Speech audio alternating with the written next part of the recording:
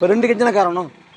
இங்கே நான் வந்து இந்த தொகுதிக்கு வர்றப்போ முதல்ல தலையார் இருக்குல்ல, துளசாபுரம்ங்கிற ஊரில் வந்து தண்ணி தட்டுப்பாடு, இங்கே தேர்தலில் ஓட்டு போட மாட்டோம் அப்படின்னு அறிவிச்சா செய்தி பார்த்தேன்.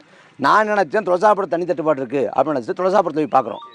அதுக்கு இடத்துல பார்க்குறப்ப தெரியுது அந்த ஒரு ஊரில் இந்த வேதாரண்யம் முழுக்க ராமநாதபுரம் மாதிரி எல்லா இடத்துலையும் வீட்டு வாசலில் குழாய்க்கு வழி தண்ணி வரலை. 5 மாதம் ஆச்சுங்கிறாங்க, 6 மாதம் ஆச்சுங்கிறாங்க, தண்ணி லாரி வருதுங்கிறாங்க, 40 நாளுங்கிறாங்க, 20 நாளுங்கிறாங்க.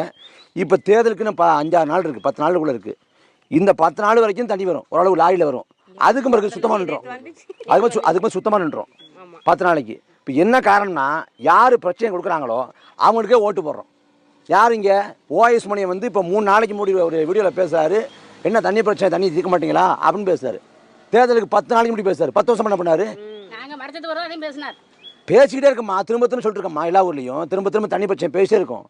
பேச போகிறானவனா வெளியெல்லாம் பேசுகிறாரு. இப்போ 10 வருஷமாக இருந்தார்ல, 5 வருஷம் அமைச்சர். அந்த 5 வருஷத்தில் தொகுதிக்கு எவ்வளோ பண்ணிக்கலாம்?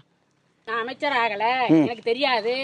இருக்கிற சட்டசபை அவங்க இருக்கிறாங்கல்ல, திமுகவில் இருக்காங்களா, அவங்கள கேளுங்கன்னு சொல்லிட்டு போயிட்டாங்க. மைக்க பிடிச்சி ஒரே வார்த்தையா வீட்டுக்கு எல்லாரும் வீட்டால கருப்பு கூடி பறக்கும் போது வீட்டால உட்காந்துருக்க போறோம். நாங்க ஓட்டு போடாம இருந்தா இந்த ஓட்டு யாருக்கும் போகாது, போகாதா? அப்ப திமுகவும் நஷ்டம் இல்லை, அதிமுக நஷ்டம் இல்லை, எந்த கட்சி நஷ்டம் இல்லை. இந்த ஓட்டை அதான் கழிச்ச மாதிரி எடுது. ஓட்டை வந்து யார் பிரச்சனைக்காக பேசுறாங்களோ அவங்களுக்கு போடுவேன் முடிவு எடுத்தா மட்டும் தான் மாறும். நீங்க ஓட்டை மொத்தம் போடாமல் போனீங்கன்னா திமுக நஷ்டம் இல்லை, அதிமுக நஷ்டம் இல்லை. நீங்கள் ஒரு நாள்